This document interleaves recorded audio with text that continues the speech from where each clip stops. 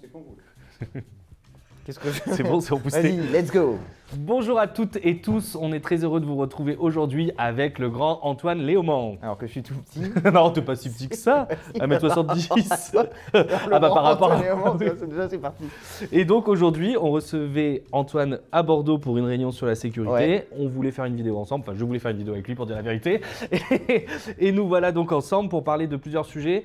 Je voulais commencer par te poser une question sur l'actualité actuelle, si je puis dire, l'actualité du moment, notamment avec cette nouvelle année qui a commencé par quelque chose d'assez fou, c'est-à-dire l'impérialisme américain qui repart dans tous les sens. Après avoir fait ce qu'ils ont fait en Iran, ils viennent d'aller capturer Nicolás Maduro et Trump dit qu'il veut prendre le contrôle du Venezuela. Et je voulais un peu avoir ton avis là-dessus. Déjà, c'est une nouvelle terrible, quoi, parce que ça veut dire que le président des États-Unis bombarde un autre pays, après avoir mené des opérations quand même sur des pétroliers vénézuéliens, puis enlève un chef d'État. On peut avoir plein de remarques à faire sur le chef d'État, on peut avoir plein de remarques à faire sur la manière dont s'organise le régime, mais valider le fait qu'on puisse enlever comme ça un chef d'État parce qu'il ne nous plairait pas, c'est lunaire sur le plan du droit international.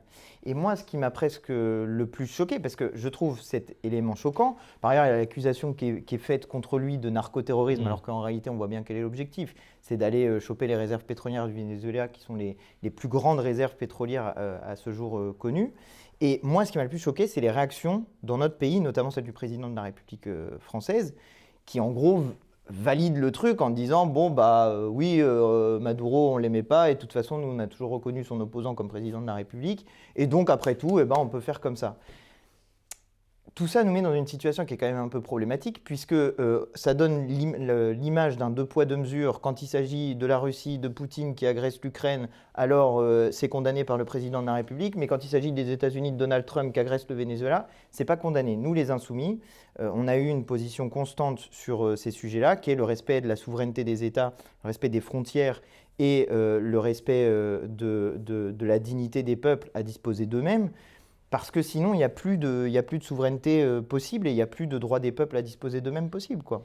Oui, et puis c'est pas sans rappeler l'impérialisme américain dans les années 80, qui ont déjà mis d'ailleurs au Venezuela un président de la République en place. Tout ça est maintenant sourcé, vérifié, et on voit que Trump renoue avec une vieille tradition américaine, c'est-à-dire vouloir diriger le monde et pour ça utiliser la force. Et je trouve qu'il n'y a pas besoin d'aller très très loin pour voir le lien entre ces puissants justement qui se croient tout permis. Donc là, on parlait de géopolitique et de politique internationale, mais aussi sur ce qui nous intéresse aujourd'hui à Bordeaux, sur la sécurité. Ces puissants qui se croient tout permis, qui veulent contrôler absolument tous nos faits et gestes à travers les politiques qu'ils mettent en place ultra sécuritaires, et notamment à Bordeaux qui sont défendues, et des pauvres qui, eux, ont juste à subir en fait ce que décident pour eux des gens plus puissants. Et donc, je fais le lien maintenant avec la sécurité à Bordeaux. On est heureux parce que tu fais un tour de France dans plusieurs villes. Je t'ai vu à Perpignan, à Nancy, je crois. Et on est heureux parce que c'est un sujet qui est complètement préempté par la droite et l'extrême droite, qui veulent en faire une centralité absolue, comme si c'était le seul sujet. En tout cas, nous, à Bordeaux, c'est le cas, mais je pense peut-être que dans d'autres villes, tu t'en es aperçu, ils ne parlent que de ça, la sécurité. Ouais. Alors, quand ils parlent de sécurité, ils ne parlent que de crimes et délits. Hein. Pour eux, la sécurité, ça ne veut dire que ça. C'est-à-dire que la sécurité d'avoir un toit, la sécurité de pouvoir manger à sa faim, tout ça, ça ne les intéresse pas. Et donc, ce soir, on organise cette réunion. Je pense qu'il y aura du monde. Et qu'est-ce que tu racontes comme ça quand tu viens dans les villes de France? Justement, c'est un peu... Nous, l'idée de faire le tour de France de la sécurité avec mon équipe, elle est partie de la situation dans laquelle on était, à savoir, quand on parle de sécurité, c'est perçu par les gens comme un terme, comme un thème et comme un terme qui ne serait pris que par la droite et dont ne parlerait que la droite. Or, sur ce sujet, comme sur tous les autres, ils racontent n'importe quoi. C'est-à-dire, ils racontent n'importe quoi sur les statistiques, ils racontent n'importe quoi sur les causes de l'insécurité, ils racontent n'importe quoi sur l'insécurité elle-même, ce que c'est que l'insécurité à proprement parler, et ils racontent n'importe quoi aussi sur les moyens de le traiter, puisqu'ils ont des mauvais éléments d'analyse, ils ont aussi des mauvaises méthodes pour régler les problèmes. Et je me suis dit qu'on ne pouvait pas laisser ce thème-là, parce qu'à un moment donné, il y avait un peu chez nous, à gauche, l'idée de se dire, bon, il y a des thèmes, globalement, on ne va rien gagner si on va dessus. C'est-à-dire, si on vient parler de la sécurité, de l'immigration, de l'identité nationale, de je ne sais pas quoi, on n'a rien à gagner sur ces sujets-là parce que de toute façon, ils sont préemptés, en gros, par la droite et par l'extrême droite. Et donc, on n'a que des plumes à y perdre dans le système médiatique dans lequel on était à cette époque-là. Sauf qu'aujourd'hui, le système médiatique tel qu'il est aujourd'hui, en fait, tu ne peux pas éviter les sujets, ils sont là tout le temps. Donc, ce n'est pas toi qui ramènes les sujets sur le devant de la scène, c'est des sujets qui sont là en permanence. Et on s'est dit, nous, que les camarades, parfois, sur ces sujets-là, parce qu'on les aborde un peu moins, c'est vrai, parce que nous, on considère qu'il y a d'autres urgences, notamment démocratiques, sociales, écologiques, et que la sécurité, c'est quelque chose qui se traite dans un ensemble, et que les camarades avaient peut-être un peu moins d'arguments de fond sur ces sujets-là. Donc on essaye de mettre à plat un peu toutes les lubies de l'extrême droite. Non, c'est pas vrai que l'immigration est responsable de l'insécurité. Il y a des causes à l'insécurité, mais par exemple, quand on parle de l'immigration, on ne parle pas des violences intrafamiliales, on ne parle pas des violences sexistes et sexuelles qui sont commises dans des cadres hors des agressions dans la rue. Donc voilà, c'est des thèmes qui sont laissés de côté. Quand il parle de la drogue, il ne parle pas de l'alcool, il ne parle pas des effets de l'alcool sur la sécurité. Donc on essaye un peu de ramener les thèmes qui sont des vrais thèmes de sécurité pour le coup, et de le traiter de manière globale. Et là, ça fait beaucoup plus le lien avec ta campagne. C'est pour ça, moi, je suis très heureux de venir à Bordeaux. La première des sécurités, c'est la sécurité sociale, c'est-à-dire y compris même pour des questions de pure insécurité, à savoir la commission de crimes et de délits. Tu as des situations qui existent parce que des gens, par exemple, qui sont dans des situations d'extrême précarité vont ensuite être placés dans des situations de criminalité et subir eux-mêmes une criminalité bien particulière.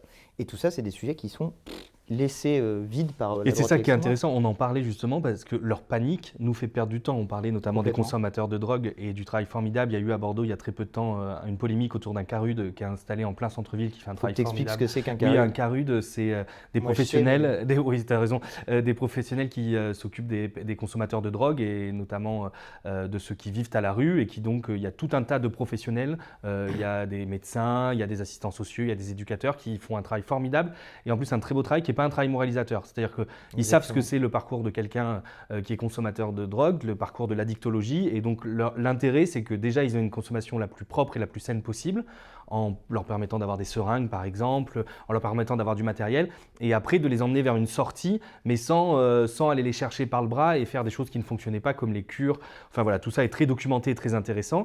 Et on perd un temps fou, justement, à cause des gens qui ne se documentent pas et qui ne s'intéressent pas à ce sujet. C'est-à-dire qu'on moralise la consommation de drogue, on pointe du doigt les consommateurs de drogue, et au lieu de dire c'est un sujet qui est parfois lié d'ailleurs à des sujets sociaux, notamment on en parlait de vivre à la rue pour l'alcool, et que pour le crack beaucoup, et il m'en parlait à Bordeaux, le crack a explosé, par exemple l'héroïne a disparu, moi je ne savais pas, mais il n'y a plus d'héroïne à Bordeaux, et que c'est beaucoup le crack maintenant que les consommateurs, enfin voilà, c'est des sujets, en tout cas au lieu d'avoir, on a peur, on ne veut pas en parler, il y a des professionnels, il y a des gens qui travaillent, il y a des gens qui étudient, qui ont des solutions. Et ces gens-là, on les monte du doigt et on les empêche de travailler. C'est ça. Et je trouve ça absolument triste. Tu peux avoir des phénomènes croisés parce que le crack, c'est une drogue bien particulière. Je veux dire, chaque drogue a des effets spécifiques psychotropes, quand on parle des psychotropes, mais chaque drogue a des effets spécifiques, peut provoquer des dépendances spécifiques. Et sur le crack spécifiquement, c'est une drogue qui rend très vite dépendant et où tu peux avoir des mécanismes de désocialisation dans lequel est impliquée une consommation de drogue, et en particulier une consommation de crack, qui fait que des gens qui étaient très insérés dans la société peuvent avoir une sorte ils dévalent la pente sociale pour arriver à la fin à se retrouver dans la rue, à être consommateur de crack, et y compris à commettre des actes délictuels pour pouvoir s'acheter la dose et continuer à consommer. Mais en fait, si tu traites la question en te disant le consommateur de crack a commis un délit et il faut le foutre en tôle ou il faut le dégager dans un autre endroit pour pas qu'il fasse des nuisances locales, parce que c'est comme ça qu'il voit le problème, mais tu n'as jamais réglé le problème d'insécurité qui va avec, qui est un problème d'insécurité pour la personne qui consomme du crack et qui est en train de se tuer en fait, et qu'elle peut provoquer dans le reste de la société. Et nous, la vision qu'on a de ce sujet, sur le crack, mais comme sur les autres drogues, et moi, c'est un peu ce que j'essaye de faire, tu vois, à l'Assemblée, ça me fait marrer, mais ils parlent de la drogue, il y a juste un endroit de vente légale de drogue à 50 mètres de l'hémicycle qui s'appelle la buvette de l'Assemblée nationale, où tu peux aller prendre de l'alcool. C'est tout à fait légal et tout le monde considère que c'est normal. Je pense qu'il y a un sujet de débat sur la drogue en général, sur les manières de traiter les consommations, et c'est le grand absent de toutes les politiques de lutte contre le trafic de stupéfiants, c'est ça, c'est la question de la consommation. On n'en parle jamais, on ne traite jamais ce sujet, on n'essaye jamais de faire de la réduction des risques. C'est ça le truc des seringues pour éviter que les gens se tuent, se transmettent des maladies comme le sida ou des hépatites. Et on ne traite pas la question de la consommation de manière rationnelle. Moi c'est ce que j'essaye de leur dire. Traiter les choses de manière rationnelle, ça veut dire, pour l'alcool, vous n'avez pas interdit. Pour l'alcool, ce que vous avez fait, c'est que vous avez dit, OK, c'est mauvais, ça provoque des cancers, ça a des effets sur le comportement des gens, ça peut désinhiber la violence notamment. Et qu'est-ce qu'on fait ? On essaye d'expliquer ça et de dire, écoutez, si vous consommez, essayez de consommer moins, essayez de consommer moins souvent. Attention, voici ce que ça provoque la consommation sur votre organisme dans le temps long.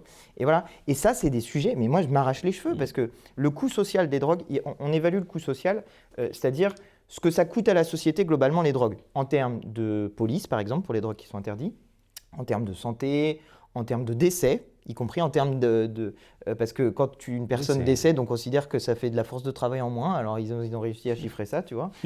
Donc, dans un monde capitaliste, on peut chiffrer ça. Et le coût social de l'ensemble des drogues illégales, c'est 7 milliards d'euros, essentiellement sur les répressions par la police. Le coût social de l'alcool et du tabac, c'est chacun plus de 100 milliards d'euros.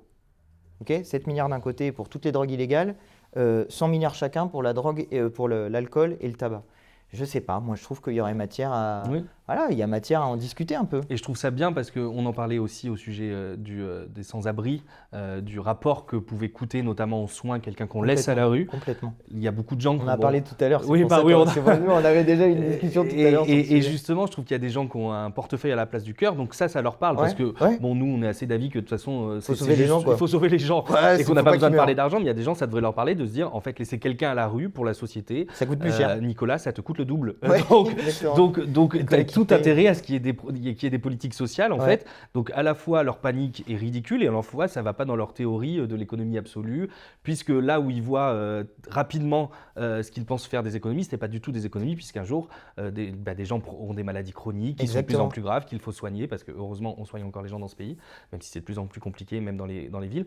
Et donc voilà, et c'est l'illustration de ce que tu es en train de dire, qu'ils ont tort sur toute la ligne et que ce sont juste des gens qui ne travaillent pas beaucoup. Ce sujet-là, mais en plus c'est logique, c'est-à-dire, en gros, ils ont fait, il y a une enquête qui a été faite pour essayer de chiffrer combien coûte une personne à la rue. C'est justement ce que tu me racontais quand je disais le chiffrage, mais parce que tu envoies la police pour déplacer les gens, parce qu'ils font des nuisances, tu les arrêtes, tu les mets en garde à vue, tu les soignes une fois qu'ils sont très malades plutôt que de les soigner rapidement. Et tout ça coûte un fric monstrueux, tout le monde s'en fout, alors c'est pas un problème dont on parle, alors que quand tu loges une personne de manière durable, le coût total annuel c'est 14 000 € et tu arrives à faire en sorte que les gens sortent durablement de la rue dans 90% des cas. Je sais pas, moi je trouve que Essayons. Essayons, ouais. Enfin, je veux dire, ils ont fait une enquête qui démontre le fait que c'est 1, plus efficace, 2, meilleur pour les gens, surtout c'est ça qui compte pour nous, et 3, moins cher. Mais en fait, pourquoi faire différemment que ce qui fonctionne ? Et ça a été un peu la même logique sur la question de la drogue. Tu vois, moi j'ai regardé les modèles qui fonctionnaient un peu partout dans le monde. Je propose des modèles qui fonctionnent, on en parlera ce soir à la réunion publique. Et moi je me dis, mais en fait, il faut qu'on arrive à sortir, y compris du cadre de débat qui est posé par la droite et par l'extrême droite sur ce sujet. Sinon on n'y arrivera pas, parce qu'ils sont à côté de la plaque sur ce sujet comme sur les autres, quoi. Merci beaucoup Antoine. On peut dire un dernier mot. On vous raconte la vidéo. Abonnez-vous. Abonnez-vous, c'est vrai. C'est toi qui m'avais dit que je ne le disais pas, qu'il faut le dire. Abonnez-vous, mettez un pouce bleu. Vous avez quelques jours pour vous inscrire sur les listes électorales jusqu'au 4 février sur Internet à travers votre compte France Connect. Vous pouvez vous connecter aussi avec amélie.fr, impôts.gouv et tout ça. Et jusqu'au 6 février en mairie. Si je ne dis pas de bêtises. C'est tout à fait ça. C'est tout à fait ça. Mais s'inscrire sur les listes électorales, c'est bien. Utiliser son droit de vote, c'est encore mieux. Et moi, je suis venu à Bordeaux pour t'apporter mon soutien. D'abord parce que moi, j'ai la chance de te connaître personnellement depuis un petit moment et je sais que tu es un camarade engagé et qui défend le programme de la France Insoumise d'un bout à l'autre. Et maintenant depuis plusieurs années. Donc, ça me fait hyper plaisir d'être à tes côtés. Et je trouve que tu as entamé la campagne des élections municipales déjà en subissant une campagne raciste contre toi qui fait que moi j'avais envie de venir pour te soutenir aussi pour ça d'abord, et puis ensuite que tu l'as commencé toi pour ce que tu as fait sur des thèmes qui sont des thèmes centraux en créant des paniques morales absolues chez CNews, puisque tu as proposé de réquisitionner les logements vides. En plus, tu parlais des logements publics, j'ai bien vu dans ta vidéo, tu parlais de réquisitionner les logements publics vides pour loger les gens à la rue, et vous avez fait la démonstration qu'il y a 2000 personnes, je crois, vous avez dit à Bordeaux, qui sont à la rue, et que le nombre de logements disponibles, on est à 10 fois au-dessus. 30 000. Ouais, c'est ça, encore plus que ça. Donc franchement, il y a quelque chose là, en plus, au moment où on tourne la vidéo, on est dans la période de grand froid, je ne sais pas quand sera publiée la vidéo, mais en tout cas, là, on est la semaine où il fait froid. Le train pour Bordeaux, pour vous dire, avait 25 minutes de retard à cause de la neige. Donc cette situation-là, de voir d'un côté qu'il y a un froid glacial et de l'autre côté, des gens à la rue et enfin des logements qui sont vides, tout ça est aberrant. Et moi, je trouve que j'ai adoré le slogan que tu as trouvé, rendre Bordeaux abordable. Déjà, il y a un jeu de mots. Et franchement, vous êtes brillant. Donc, je ne vous vois pas, mais vous là, vous êtes brillant. Il y a des gens derrière. Et vraiment, si vous habitez à Bordeaux, je vous invite à soutenir la candidature de Nordine. C'est-à-dire pas seulement à juste aller voter, mais ça veut dire rejoindre la campagne.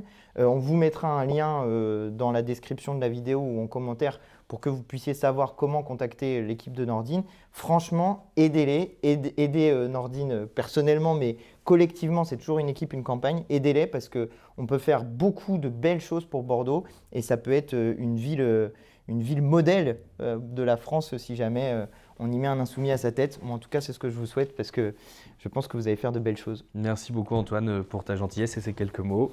La réunion de ce soir, elle sera disponible sur YouTube aussi parce qu'elle est filmée, donc vous pourrez voir davantage un peu l'échange qu'on a eu et notamment avec les Bordelaises et les Bordelais. Merci à l'équipe qui est là et qui filme de nouveau cette vidéo et soyez heureux, bonne année 2026.